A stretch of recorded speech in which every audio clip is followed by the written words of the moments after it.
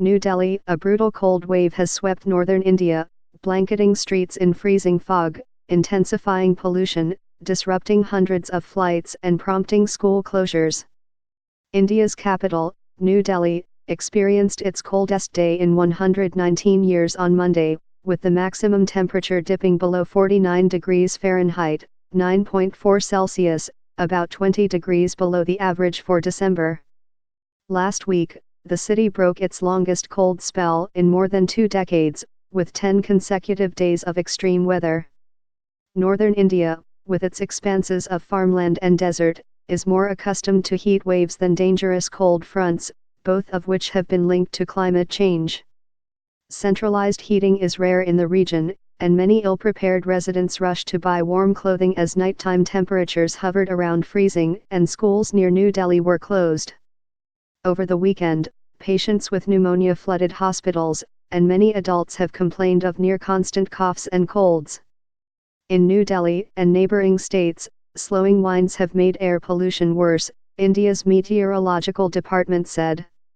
In the early hours of New Year's Day, pollution levels in the capital soared to levels more than 20 times what the World Health Organization considers safe.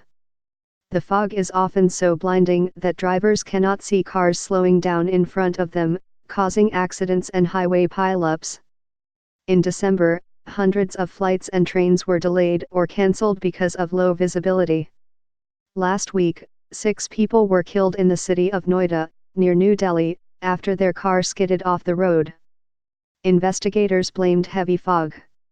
In neighboring Bangladesh, a prolonged cold spell that started in November has left at least 50 people dead, including 17 children, according to Aisha Akhtar, a medical officer in Dhaka, the capital.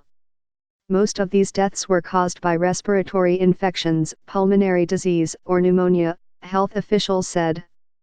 Dense fog is the main cause for the cold, said R.K. Janamani, a meteorologist with the National Weather Forecasting Center. He attributed the weather's severity to storms in the Mediterranean that have caused sudden winter rain in northern India, a phenomenon known as a western disturbance. Retailers are struggling to keep up.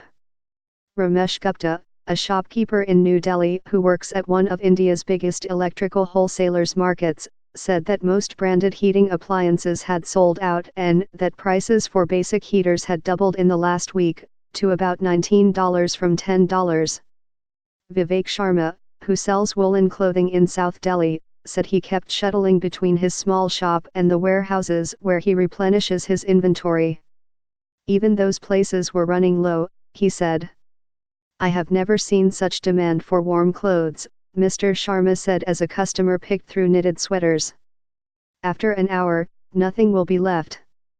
The homeless, of course, are especially vulnerable. In New Delhi, the government runs 221 winter shelters that can accommodate nearly 10,000 people. But they are sometimes poorly maintained or ineffectively guarded.